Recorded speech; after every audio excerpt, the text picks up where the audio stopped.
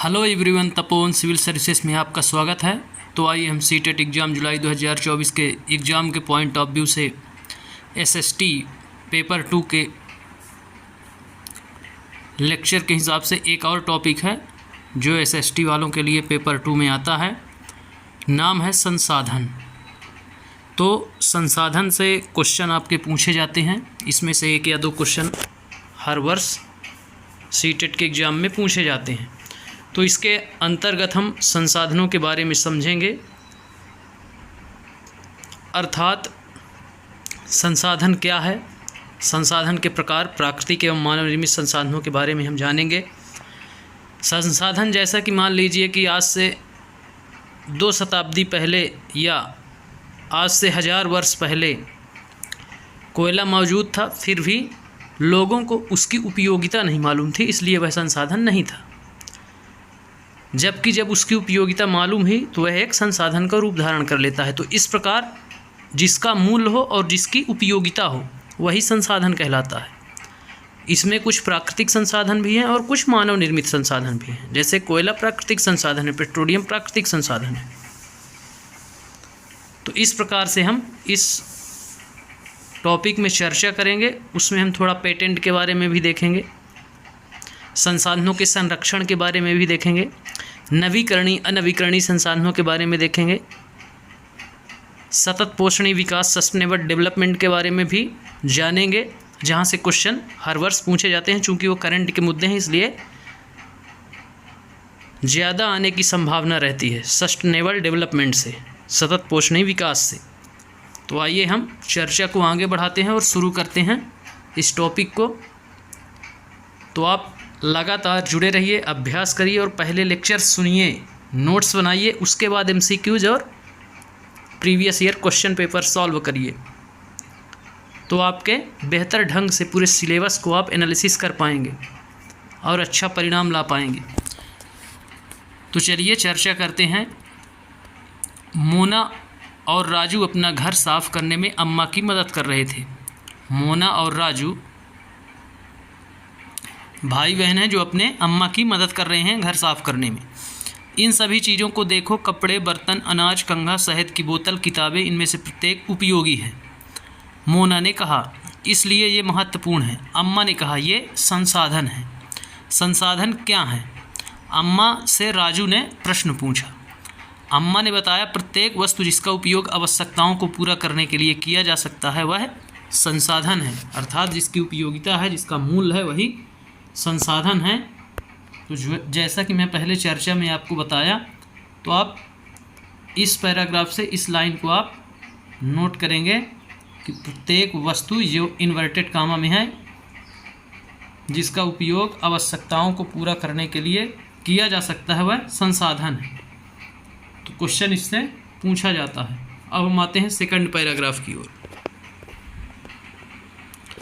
Second para भी inverted comma में है। अपने चारों ओर देखिए और निरीक्षण कीजिए, आप संसाधनों के विविध प्रकारों को पहचानने में सक्षम होंगे।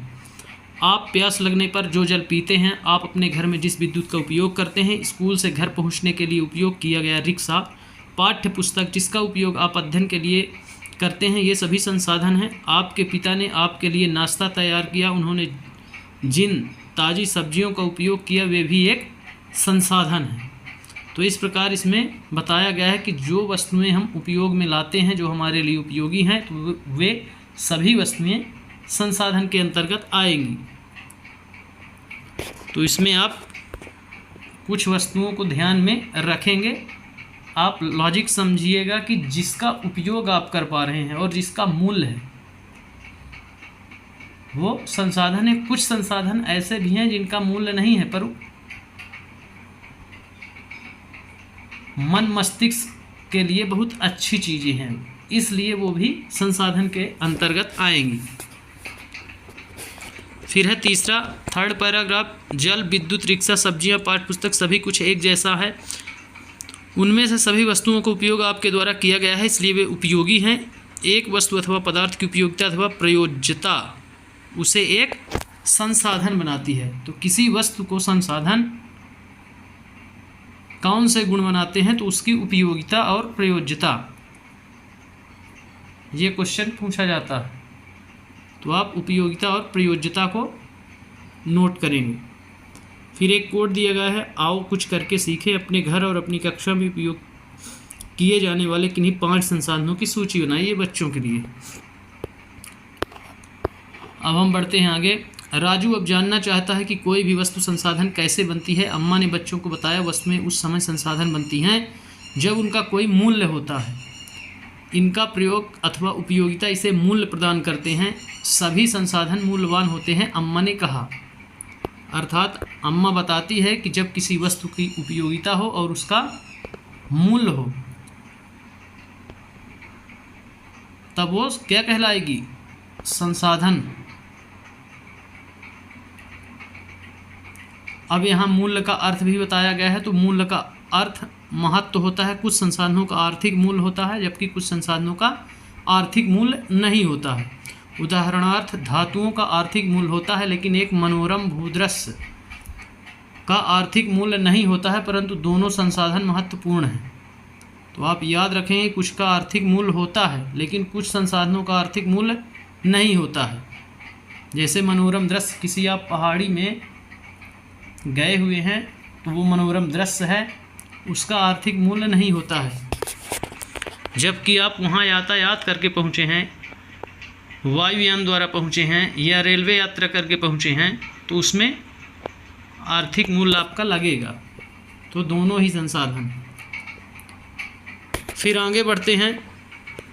कुछ संसाधन समय के साथ आर्थिक रूप से मूल्यवान हो सकते हैं। आपकी दादी के घरेलू नुस्खों का आज कोई वाणिज्यिक मूल्य नहीं है, लेकिन यदि वे पेटेंट करने के उपरांत मेडिकल फर्म द्वारा बेचे जाते हैं तब वे आर्थिक रूप से मूल्यवान हो सकते हैं। तो यहाँ पेटेंट शब्द आता है। पेटेंट शब्द का आशय ये है, इसका तात्पर्य किसी विचार अथवा आविष्कार पर एकमात्र अधिकार से है। तो पेटेंट का मतलब होता है आपने कोई दवा या कोई भी किसी भी चीज़ का आपने निर्माण किया है तो आपको एक अधिकार उस चीज़ में मिलता है और उसको मार्केट में आपसे फ्रेंचाइजी लिए बगैर, अनुमति लिए बगैर कोई भी व्यक्ति नहीं बेच सकता है। इसलिए आपको उस वस्तु में या उस निर्माण की गई सामग्री में रॉयल्टी एक मिलती है और आपको एक अधिकार, आपके एक अधिकार की सुरक्षा की जाती है उसमें, तो उसमें आपको रॉयल्टी मिलती है। तो यही है पेटेंट। अब हम बढ़ेंगे आगे। समय और प्रौद्योगिकी 2 महत्वपूर्ण कारक हैं जो पदार्थों को संसाधन में परिवर्तित कर सकते हैं। दोनों लोगों की आवश्यकताओं से संबंधित हैं। समय और प्रौद्योगिकी अर्थात तकनीकी। लोग स्वयं ही सबसे महत्वपूर्ण संसाधन है। मानव स्वयं एक संसाधन है। इस बात को आप ध्यान रखेंगे। ऑप्शन में बहुत बार क्वेश्चन दिया जाता है कि मानव क्या है। मानव एक संसाधन है। ये लोग के विचार, ज्ञान, आविष्कार और खोज ही हैं जो और अधिक संसाधनों की रचना करते हैं। प्रत्येक खोज अथवा आविष्कार से बहुत से अन्य खोज एवं आविष्कार होते हैं। आग की खोज से खाना पकाने की पद्धति एवं अन्य प्रक्रियाओं का प्रचलन हुआ, जबकि पहिए के आविष्कार से अंततः परिवहन की नवीनतम विधियों का विकास हुआ। जल विद्युत बनाने की प्रौद्योगिकी ने तेजी से बहते जल से ऊर्जा उत्पन्न करके उसे एक महत्वपूर्ण संसाधन बना दिया। तो यहाँ आप देख सकते हैं कि किस प्रकार से समय एवं प्रौद्योगिकी के महत्व को बताया गया है कि ये 2 महत्वपूर्ण संसाधन बनाने के कारक हैं। और फिर उसके एग्जाम्पल दिए गए हैं किससे कि जब आग की खोज हुई तो खाना बनाने की पद्धति या प्रक्रिया का प्रचलन हुआ समय के साथ। उसी प्रकार जब पहिए की खोज हो गई तो परिवहन में तीव्रता आ गई, नवीन विधियों का विकास हुआ। वहीं जल से विद्युत का निर्माण प्रौद्योगिकी ने तेजी से बढ़ा दिया। बहते हुए जल से हम विद्युत का निर्माण करने लगे। यहाँ पे संसाधन के बारे में मानव एक स्वयं संसाधन है। तो इस प्रकार ये चर्चा माता और बेटी में हो रही है, आप देख सकते हैं। फिर शब्दावली है प्रौद्योगिकी। तो किसी कौशल करने अथवा वस्तु बनाने में नवीनतम ज्ञान का अनुप्रयोग प्रौद्योगिकी है। इसको जरूर आप नोट करेंगे। अब हम आएंगे संसाधन के प्रकार। तो अभी हमने संसाधन संसाधन के निर्माण में समय एवं प्रौद्योगिकी दो महत्वपूर्ण कारक हैं। मानव एक स्वयं संसाधन है। पेटेंट अर्थात किसी वस्तु पर एकाधिकार।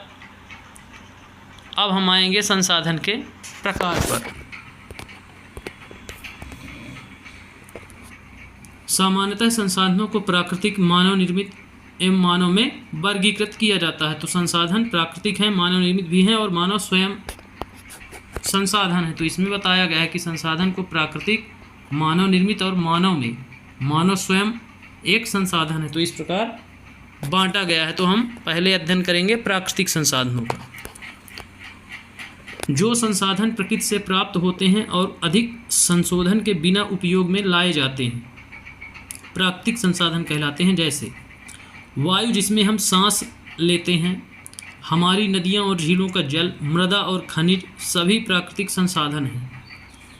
इन संसाधनों में से बहुत से प्रकृति के निःशुल्क उपहार हैं और सीधे ही उपयोग में लाए जा सकते हैं। कुछ परिस्थितियों में प्राकृतिक संसाधन का सबसे अच्छी तरह उपयोग करने के लिए औजारों और प्रौद्योगिकी की आवश्यकता हो सकती है। तो यहाँ पे कुछ प्राकृतिक संसाधनों को आप याद रखेंगे, पूछे जाते हैं सही जोड़ी में कि कौन से प्राकृतिक संसाधन है, कौन से मानव निर्मित संसाधन। तो वायु, नदियों झीलों का जल, मृदा, खनिज सभी ये प्राकृतिक संसाधन है जो निःशुल्क उपहार के रूप में उपलब्ध हैं और इनको प्रौद्योगिकी के माध्यम से और बेहतर, औजार और प्रौद्योगिकी के माध्यम से और बेहतर किया जा रहा है। जैसे स्वच्छ जल की डिमांड बहुत ज़्यादा है और उसकी कमी है, इसलिए वर्तमान में जल को भी प्रौद्योगिकी के माध्यम से फिल्टर प्लांट स्थापित करके सप्लाई की जाती है। इसका एक अच्छा उदाहरण है। फिर है प्राकृतिक संसाधनों को विस्तृत रूप से नवीकरणीय और अनवीकरणीय संसाधनों में विभाजित किया जाता है। प्राकृतिक संसाधनों को भी दो भागों में विभाजित कर दिया है यहाँ, नवीकरणीय और अनवीकरणीय। नवीकरणीय का मतलब होता है वे संसाधन जो उपलब्ध हैं और उनका नवीकरणीय किया जा सकता है। लेकिन अनवीकरणीय वे संसाधन जो एक बार खत्म हो गए तो दोबारा उनको बनाने में या बनने की प्रक्रिया बहुत लंबी है, करोड़ों वर्ष लग जाएंगे। जैसे कोयला और पेट्रोलियम ये अनवीकरणीय के उदाहरण हैं, इनको बनने में लाखों करोड़ों वर्ष लगते हैं। तो ये सीमित भंडार वाले हैं, ये अक्षय भंडार के स्रोत नहीं हैं, जबकि नवीकरणीय को अक्षय भंडार का स्रोत भी कहा जाता है। इनकी एक शब्दावली और आती है, पारंपरिक और गैर पारंपरिक ऊर्जा के स्रोत। तो पारंपरिक और गैर पारंपरिक इनको भी आप याद रखेंगे। तो नवीकरणीय में सौर ऊर्जा, पवन ऊर्जा ये नवीकरणीय ऊर्जा के स्रोत कहलाएंगे, जबकि पेट्रोलियम और कोयला अनवीकरणीय ऊर्जा के स्रोत कहलाएंगे। तो आगे विस्तृत चर्चा की गई है, उसके बारे में हम चर्चा शुरू करेंगे। तो आप याद रखेंगे कि प्राकृतिक संसाधनों को दो भागों में फिर से बांटा गया है, नवीकरणीय और अनवीकरणीय। अब हम देखते हैं नवीकरणीय। तो वे संसाधन जो शीघ्रता से नवीकृत अथवा पुनः पूरित हो जाते हैं, जैसा कि मैं बताया सोलर एनर्जी हो गई, विंड एनर्जी, पवन ऊर्जा हो गई, ये नवीकरणीय है। इनमें से कुछ असीमित हैं और उन पर मानवीय क्रियाओं का प्रभाव नहीं होता है, जैसे सौर और पवन ऊर्जा उदाहरण दिया गया है। लेकिन फिर भी कुछ नवीकरणीय संसाधनों जैसे जल, मृदा एवं वन लापरवाही से किया गया उपयोग उनके भंडार को प्रभावित कर सकता है। जल असीमित नवीकरणीय संसाधन प्रतीत होता है, फिर भी जल की कमी और प्राकृतिक जल स्रोतों का सूखना आज विश्व के बहुत से भागों में एक बड़ी समस्या है। तो आप यहाँ याद रखेंगे कि नवीकरणीय जिनका नवीकृत या पूरित किया जा सकता है, तो इसमें सौर और पवन ऊर्जा, आपसे सौर और पवन ऊर्जा बस दो ही पूछे जाएंगे। आप याद रखेंगे कि ये अक्षय ऊर्जा के स्रोत कहलाते हैं, जिनके भंडार असीमित है, ये खत्म नहीं हो सकते। सूर्य का प्रकाश खत्म नहीं हो सकता है, हवा खत्म नहीं हो सकती है, इसलिए ये नवीकरणीय संसाधन है। इसके अलावा भी कुछ हैं लेकिन वो सीमित मात्रा में है, जल और मृदा, वन।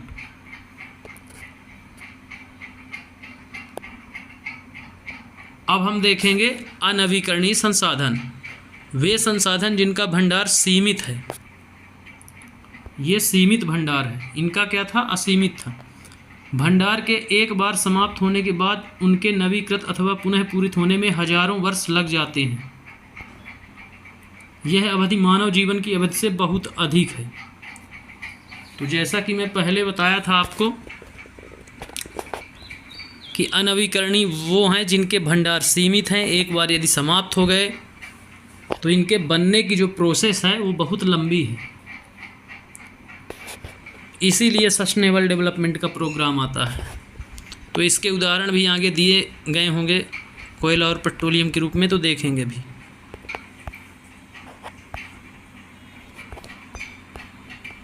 इस प्रकार के संसाधन अनवीकरणीय कहलाते हैं। कोयला, पेट्रोलियम तथा प्राकृतिक गैस इसके उदाहरण हैं। तो आप इनको याद रखेंगे, कोयला, पेट्रोलियम, प्राकृतिक गैस इसके कुछ उदाहरण हैं। प्राकृतिक संसाधनों का वितरण भूभाग, जलवायु, ऊंचाई जैसे अनेक भौतिक कारकों पर निर्भर करता है।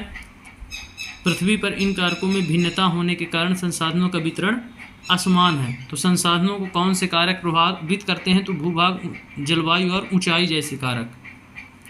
फिर है एक शब्दावली, संसाधन का भंडारण क्या है, तो यह उपयोग के लिए संसाधन की उपलब्ध मात्रा, उपयोग के लिए जो संसाधन की उपलब्ध मात्रा है उसको भंडार बोलते हैं या भंडारण बोलते हैं। जैसे मान लीजिए आप भंडारा कर रहे हैं, तो भंडारा में देखेंगे कितनी सामग्री अभी आपके पास है, कितने लोगों के लिए आप उसको खिला सकते हैं। तो इसी प्रकार से भूगर्भ में कुछ भंडार एकत्रित हैं, जैसे कोयले का, तो उसमें देखा जाता है कि यह कितनी अवधि तक काम करेगा, कितना उपयोग किया जाए प्रतिदिन के हिसाब से। तो इस प्रकार भंडारण का आकलन कर लिया जाता है।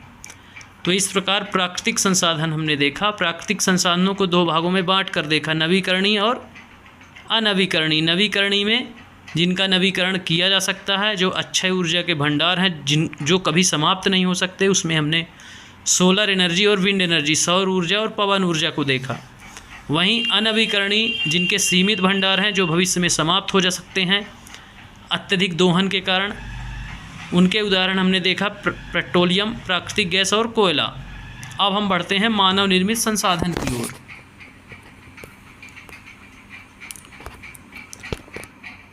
कभी कभी प्राकृतिक पदार्थ तब संसाधन बन जाते हैं जब उनका मूल रूप बदल दिया जाता है। लौह अयस्क उस समय तक संसाधन नहीं था जब तक लोगों ने उससे लोहा बनाना नहीं सीखा था। लोग प्राकृतिक संसाधनों का उपयोग पुल, सड़क, मशीन और वाहन बनाने में करते हैं, जो मानव निर्मित संसाधन के नाम से जाने जाते हैं। प्रौद्योगिकी भी एक मानव निर्मित संसाधन है, जिसका उपयोग जो भी मशीनरी है जिसको मानव ने बनाया है, वे सभी मानव निर्मित संसाधन कहलाएंगे।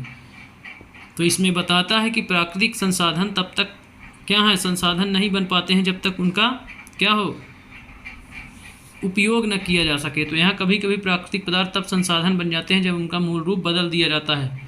लौह अयस्क का उदाहरण है कि लौह अयस्क तब तक संसाधन नहीं था जब तक लोग उसका उपयोग नहीं जानते थे या लोहा बनाना नहीं जानते थे, जैसा कि पहले चर्चा की गई है। फिर इसमें है लोग प्राकृतिक संसाधनों का उपयोग करके पुल, सड़क, मशीन, वाहन बनाने में करते हैं। ये सभी क्या हैं, मानव निर्मित संसाधन है। तो आप इनको भी याद रखेंगे, इनको भी नोट करेंगे। तो वहाँ नवीकरणीय, अनवीकरणीय और यहाँ मानव निर्मित में कुछ दिए गए हैं, इनको आप अलग नोट कर लेंगे जिससे आपको कन्फ्यूजन ना हो। फिर है इसलिए हम जैसे लोग प्राकृतिक संसाधनों का उपयोग करके मानव निर्मित संसाधन बनाते हैं। मोना ने समझाते हुए कहा। हाँ, राजू ने स्वीकृत में सिर हिलाया। यहाँ पे बच्चों के लिए कुछ दिया गया है कि आओ करके सीखें। अब हम देखेंगे मानव को संसाधन के रूप में। तो मानव निर्मित संसाधन, सड़क, पुल, ब्रिज, जितनी भी इंडस्ट्री है, ये सभी मानव निर्मित संसाधन हैं। टेबल, कुर्सी, दरवाज़ा, ये सब मानव निर्मित हैं। जितनी बिल्डिंगें हैं जिनमें मानव इन्वॉल्व है, जिनको मानव ने बनाया है, वे सभी चीज़ें मानव निर्मित संसाधन के अंतर्गत आएंगी। अब हम पढ़ेंगे मानव संसाधन, अर्थात मानव स्वयं एक संसाधन कैसे है। तो मानव संसाधन, लोग और अधिक संसाधन बनाने के लिए प्रकृति का उपयोग, अच्छा उपयोग तभी कर सकते हैं जब उनके पास ऐसा करने का ज्ञान, कौशल तथा प्रौद्योगिकी उपलब्ध हो, इसलिए मनुष्य एक विशिष्ट प्रकार का संसाधन है। अतः लोग मानव संसाधन हैं। शिक्षा और स्वास्थ्य लोगों को बहुमूल्य संसाधन बनाने में मदद करते हैं। अधिक संसाधनों के निर्माण में समर्थ होने के लिए लोगों के कौशल में सुधार करना मानव संसाधन विकास कहलाता है। तो मानव संसाधन और मानव संसाधन विकास, तो मनुष्य का जो ज्ञान और कौशल है जिससे वह बड़ी बड़ी इंडस्ट्री, ब्रिज, पुल, सड़क, परिवहन आदि का निर्माण करता है, तो उसका दिमाग जो चलता है वो मानव स्वयं संसाधन है। कल्पना कीजिए कि यदि मानव के पास कौशल और ज्ञान ना हो तो क्या संभव था इतनी बड़ी बड़ी इंडस्ट्री डेवलपमेंट करना? नहीं था। इसलिए मानव स्वयं एक संसाधन है। वह अपने मस्तिष्क और ज्ञान का उपयोग करता है, कौशल का उपयोग करता है और संसाधनों का फिर परिवर्तित करता है, रूप परिवर्तित करके मानव निर्मित संसाधन का निर्माण करता है। इसलिए मानव स्वयं एक संसाधन है। इसमें है शिक्षा और स्वास्थ्य लोगों को बहुमूल्य संसाधन बनाने में मदद करते हैं। तो मानव को संसाधन बनाने में किसका योगदान है? तो शिक्षा और स्वास्थ्य का। फिर है अधिक संसाधन निर्माण में समर्थ होने के लिए लोगों के कौशल में सुधार करना मानव संसाधन का विकास कहलाता है। तो कौशल में सुधार जितना ज़्यादा होगा तो मानव संसाधन का विकास भी उतना बेहतर ढंग से होगा। इसके ऊपर चर्चा के माध्यम से बताया गया है, उसको भी देख लेते हैं कोट के रूप में। ये सूखे के कारण फसलों का विनाश, क्या मैं इसका समाधान निकाल सकती हूँ? ऐसी एक महिला बैठकर चर्चा करती है। हाँ, क्यों नहीं। यह सब ज्ञान, शिक्षा और कौशल के कारण संभव हुआ है कि हम इसका समाधान निकाल पाएँ। तो उदाहरण के माध्यम से, कहानी के माध्यम से आपको बताता है कि किस प्रकार मानव संसाधन है। तो एक सूखा की स्थिति है, उसमें उसने अपने ज्ञान और कौशल का उपयोग किया है जिससे वह उस परिस्थिति से बाहर निकल पाती है। फिर है पढ़ें एवं मनन करें। मनुष्य एक दूसरे पर निर्भर है। किसान सभी के लिए अन्न उपजाते हैं। वैज्ञानिक कृषि से जुड़ी हुई विभिन्न समस्याओं और अन्न उत्पादन बढ़ाने के उपाय खोजते हैं। फिर एक कोट है, मानव संसाधन से तात्पर्य लोगों की संख्या और योग्यता मानसिक एवं शारीरिक से है। यद्यपि मानव को संसाधन मानने के संदर्भ में लोगों में मतभेद है, इतना होते हुए भी इस तथ्य से इनकार नहीं किया जा सकता है कि मूलतः मनुष्य की कुशलताएं ही भौतिक पदार्थों को मूल्यवान संसाधन बनाने में सहायता करती हैं। तो इस प्रकार आप देख सकते हैं कि संसाधनों का उपयोग करने में मानव की महत्वपूर्ण भूमिका होती है।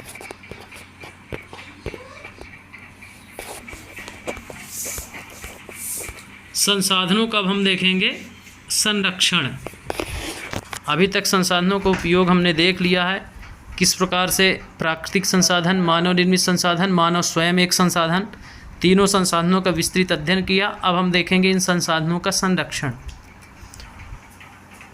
तो मोना ने एक बुरा स्वप्न देखा। उसने देखा कि पृथ्वी पर सारा जल सूख गया है और सारे पेड़ कट गए हैं। वहाँ पर न तो छाया ही थी और ना ही कुछ खाने पीने के लिए था। लोग परेशान हो रहे थे और चारों तरफ भोजन और छाया की तलाश में निराश घूम रहे थे। उसने अपनी माँ को सपने के बारे में बताया। उसने पूछा, अम्मा क्या यह सच में हो सकता है? उसकी अम्मा बोलती है, हाँ। अम्मा ने उत्तर दिया, यदि हम नवीकरणीय संसाधनों के प्रति सतर्क नहीं रहते हैं तो वे बहुत ही दुर्लभ हो सकते हैं और नवीकरणीय संसाधन निश्चय ही समाप्त हो सकते हैं।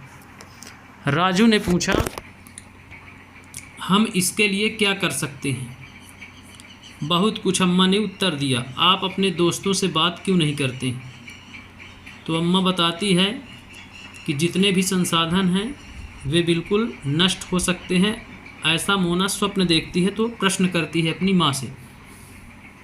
तो अम्मा बताती है कि हाँ, यह संभव है कि ये संसाधन समाप्त हो सकते हैं यदि इन पर ध्यान नहीं दिया गया, इनका नवीकरण नहीं किया गया। यदि आपने पेड़ काटे हैं और पेड़ नहीं लगा रहे हैं तो सतत काटते रहने से आने वाले भविष्य में वन पूरी तरह से समाप्त हो जाएंगे।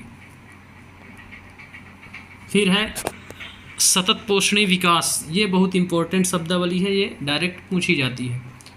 संसाधनों का सावधानीपूर्वक उपयोग ताकि न केवल वर्तमान पीढ़ी की अपितु भावी पीढ़ी यानी कि भविष्य में आने वाली पीढ़ियों की आवश्यकताएं भी पूरी हो सकें। इसको हम बोलेंगे सस्टेनेबल डेवलपमेंट या सतत पोषणीय विकास। तो इसको आप याद रखेंगे कि वर्तमान पीढ़ी के उपयोग को ध्यान में रखते हुए भावी पीढ़ियों के लिए भी संसाधन क्या रहें, आवश्यकताएं उनकी पूर्ति हों या पूरी हों। तो इस प्रकार से सतत पोषणी विकास कहलाता है।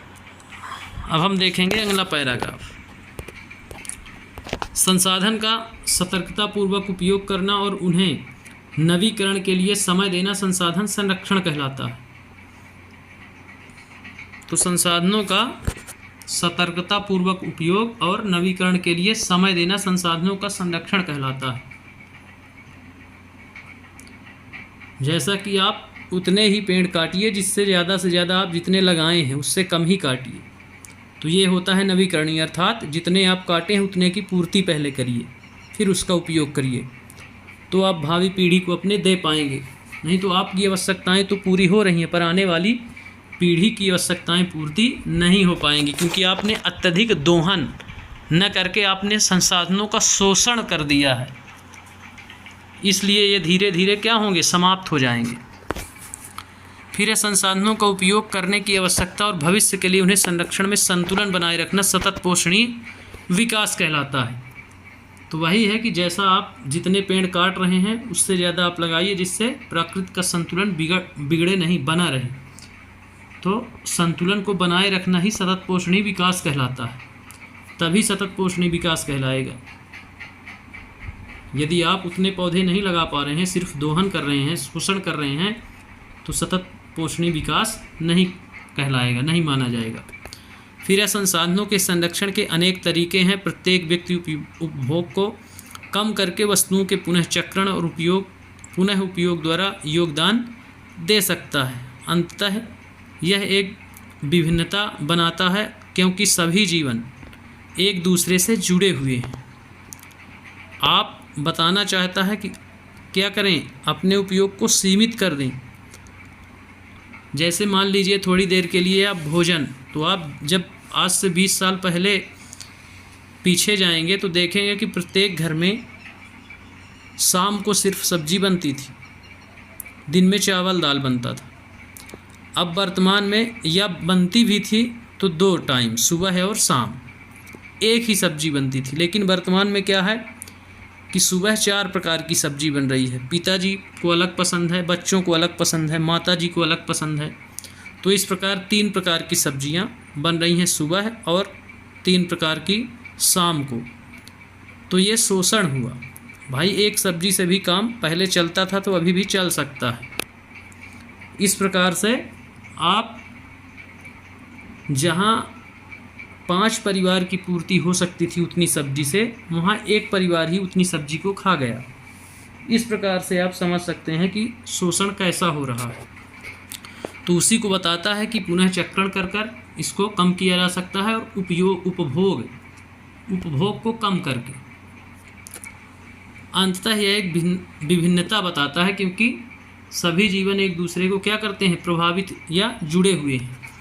उस शाम बच्चों और उनके मित्रों ने पुराने समाचार पत्रों, व्यर्थ वस्त्रों तथा बांस की डंडियों से लिफाफे और ख़रीदारी के लिए थैले बनाए। मोना ने कहा, हम इन वस्तुओं में से कुछ वस्तुएं उन परिवारों को देंगे जिन्हें हम जानते हैं। मुस्तफ़ा ने कहा, अपने संसाधनों को बचाना और अपनी पृथ्वी को सजीव रखना एक बहुत अच्छा कार्य है। तो यहाँ पे बच्चों के माध्यम से पुनर्चक्रण प्रक्रिया को दिखाया गया है। जैसे रद्दी वगैरह है उससे टोकरी बनाना, बांस के डंठल से टोकरी बनाना। तो इस प्रकार से पुनर्चक्रण, रीयूज को दर्शाया गया है कि आप जो खराब वस्तुएं फेंकते हैं उसमें से कुछ वस्तुओं का निर्माण हो सकता है, तो वो उपयोग में आ सकती हैं। इस प्रकार से इसमें बताने का, संसाधन के संरक्षण करने का उपाय बताया गया है। अब जेस्सी कहता है कि मैं बहुत ही सतर्क रहूँगी कि कागज़ व्यर्थ ना हो। उसने स्पष्ट किया, कागज़ बनाने के लिए बहुत से पेड़ों को काट दिया जाता है, इसलिए वो सोचती है कि कागज़ व्यर्थ ना हो, इसका रीयूज़ कीजिए आप। अब हम बढ़ते हैं आगे। मैं ध्यान रखूँगा कि मेरे घर में विद्युत व्यर्थ ना हो, मुस्तफ़ा ने ज़ोर से कहा। जेस्सी ने कागज़ व्यर्थ ना हो इस पर ध्यान रखने के लिए कहा। वहीं मुस्तफ़ा कहती है कि मैं ध्यान रखूँगी कि मेरे घर में विद्युत व्यर्थ ना हो। विद्युत जल और कोयले से मिलती है। मैं विश्वास दिलाती हूँ कि घर में जल बेकार नहीं होगा, जल की एक एक बूंद मूल्यवान है। आशा ने कहा। बच्चों ने कहा, हम सब मिलकर अंतर ला सकते हैं। यह कुछ कार्य मोना, राजू और उनके मित्रों ने किए। आपका क्या विचार है? आप संसाधन संरक्षण में कैसे मदद करने जा रहे हैं? हमारी पृथ्वी और इस पर निवास करने वाले लोगों का भविष्य पेड़ पौधों और पारितंत्र की सुरक्षा और संरक्षण से जुड़ा है। अब यह सुनिश्चित करना हमारा कर्तव्य हो जाता है कि सभी नवीकरणीय संसाधनों के उपयोग सतत पोषणीय हैं। पृथ्वी पर जीवन की विविधता संरक्षित की जाए, प्राकृतिक पर्यावरण तंत्र की हानि को कम से कम किया जाए। वहीं सतत पोषणीय विकास के कुछ सिद्धांत दिए गए हैं कोर्ट में, उनको भी देखते हैं। जीवन के सभी रूपों का आदर और देखभाल, मानव जीवन की गुणवत्ता को बढ़ाना, पृथ्वी की जीवन शक्ति और विविधता का संरक्षण करना, प्राकृतिक संसाधनों के ह्रास को कम से कम करना, पर्यावरण के प्रति व्यक्तिगत व्यवहार और अभ्यास में परिवर्तन, समुदायों को अपने पर्यावरण की देखभाल करने योग्य बनाना। तो ये सिद्धांत आप याद रखेंगे इन कोट को, क्योंकि ये कोट डायरेक्ट पूछे जाएंगे और तीनों को, इनको भी यहाँ से क्वेश्चन डायरेक्ट पूछे जाते हैं कि सतत पोषणीय विकास के सिद्धांत इनमें से कौन है। यह कोई सिद्धांत दे देगा और पूछेगा आपसे कि ये किसका सिद्धांत है, तो ये सतत पोषणीय सस्टेनेबल डेवलपमेंट का प्रोग्राम के अंतर्गत का सिद्धांत है। तो इस प्रकार से इस पाठ के अंतर्गत हमने देखा संसाधन के प्रकार। तो प्रकार में भी प्राकृतिक संसाधन में नवीकरणीय, अनवीकरणीय, वहीं मानव निर्मित संसाधन में सड़क, पुल, परिवहन, यातायात आदि का विकास मानव निर्मित संसाधन को दर्शाते हैं। उसके बाद मानव स्वयं एक संसाधन है। पेटेंट क्या है, सतत पोषणीय विकास क्या है, संसाधन का संरक्षण क्या है, कई एग्जाम्पल के माध्यम से हमने देखा। और पुनर्चक्रण विधि, सतत पोषणीय विकास के सिद्धांत कौन कौन से हैं, तो इस पर भी इसमें चर्चा की गई है।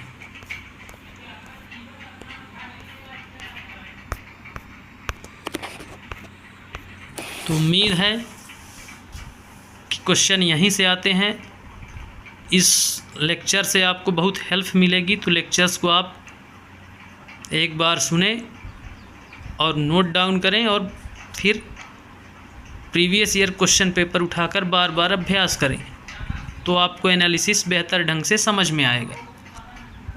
इसी के साथ धन्यवाद, फिर कल होगी मुलाकात।